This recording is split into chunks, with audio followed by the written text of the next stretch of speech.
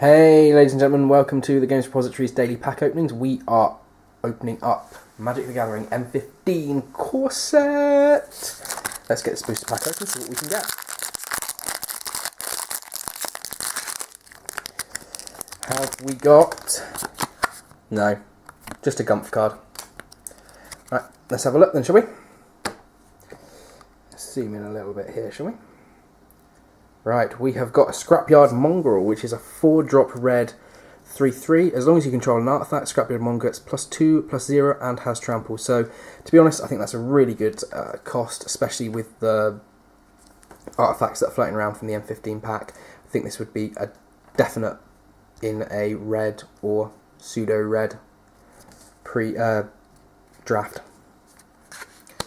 Then we have Statue of Denial, which is a 4-drop double blue instant counter target spell. If you control a blue creature, draw a card, then discard a card. Yeah, interesting kind of pseudo counter spell. You get a draw off it because if you're playing, you got blue creature, could be quite interesting, worth playing around with. But I think there's better stuff in standard at the moment. Then we have a Solemn Offering, which is a 3-drop white sorcery. Destroy target artifact or enchantment, you gain 4 life. I love it. I really do love it. Not too expensive, but it's not at instant speed, so would draw you down a little bit there. But you also get the 4 life gain for 3, which is a pretty balanced kind of effect right there. Then we have Hammerhand, which is a 1-drop red enchantment. Enchant creature, when this enters the battlefield, target creature can't block this turn. And enchanted creature gets +1/+1 and has haste. So you can put this onto a creature, give it haste, give it +1/+1, and make sure that your opponent's creature can't block it when it swings that turn because it's got haste. Very good card, really. Kind of is a bit of a beat stick in red. +1/+1, very nice. Making the one creature unblockable. Very, very interesting. Put that onto a flyer, you're in for a win right there. Torch Fiend, this is a 2-drop red creature. Sacrifice Torch Fiend, destroy target artifact, 2/1. Useful 2-drop, useful for having removal in red.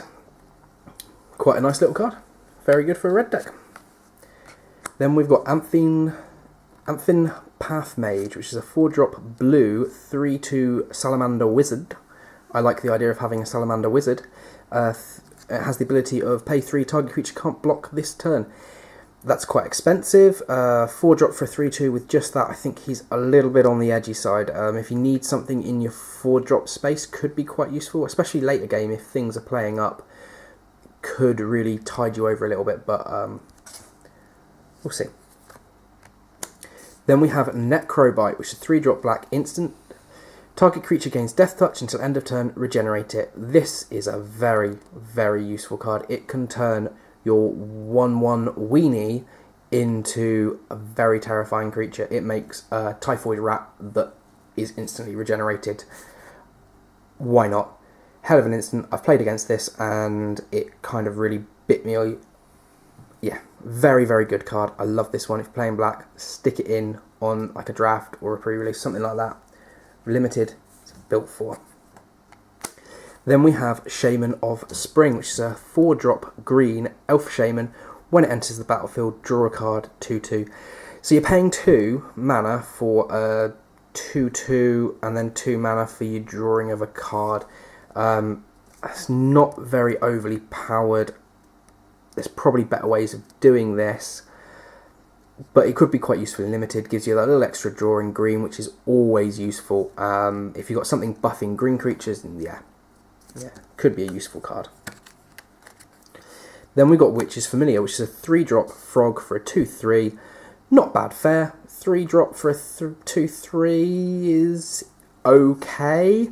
If it had reach, I'd be a lot happier with this card. I think frogs should have reach. Definitely. But I can see a blue toad deck being made. That would be a blue-black toad deck would be quite cool. Then we have Carnivorous Maspiece, which is a 6-drop 4/5 double green plant elemental beast. And it has the ability of pay 7, put a +1/+1 counter on it. So you're paying over the odds for a 4/5, but late game could be very good. In limited, I think this would be a bomb. I wish I'd had it, because you get into that stalemate situation where people aren't quite doing much. You get out of 4-5.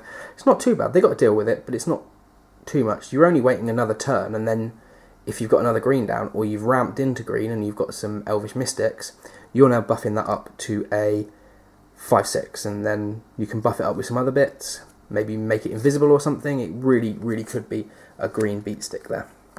Then we're into our uncommons.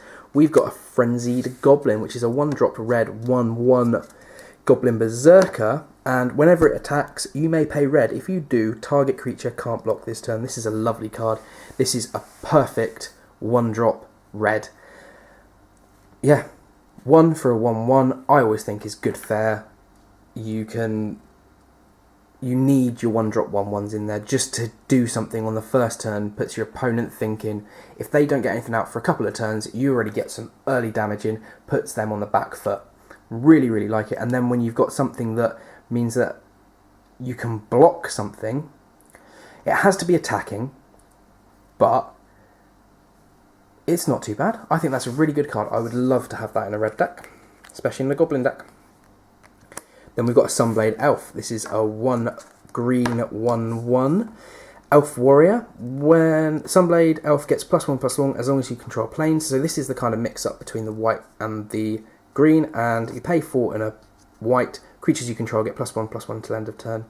There's no limit to that, so if you've got if you ramped into lots of mana, you could do that if you've got 10 mana hanging around. Good luck if you have. So it's a bit expensive to give everything 1/1 till the end of turn, but if you can do it, it could mean that you win the game. Very nice card, but like I was saying, 1-drop for a 1/1 is a lovely cost, and then you get a planes in there, and he's going to be a 2/2 for a 1 second turn. Then we have the Staff of the Wild Magus, which is the 3-drop artifact. This is for the green, and whenever a forest or you play a green spell, you gain 1 life. Really, really good. Very, very useful. A little bit of life gain. Never does anyone any harm. Nice for a 3 cost. There's one of these for each of the colours in the set. Our rare for the set is the Siege Dragon. That's a 7-drop double red 5/5. Has flying, and when it enters the battlefield, destroy all walls your opponent controls. Very useful if you're playing against a lot of walls. And when it attacks, if defending player controls no walls, it deals 2 damage to each creature without flying that player controls. So this is lovely, especially if you're playing someone who's got tokens. This just wipes the board. Pretty much that is your win. If you can get up to 7 in red and play this card, you've won the game. And then we're going to finish on our planes. So thank you, ladies and gentlemen, for joining us for another daily pack opening with the Game Repository. Don't forget, we've got all the pre-release videos from the M15. We've got lots of other pack openings, all lovely things. So we will see you soon on another video. Thank you very much.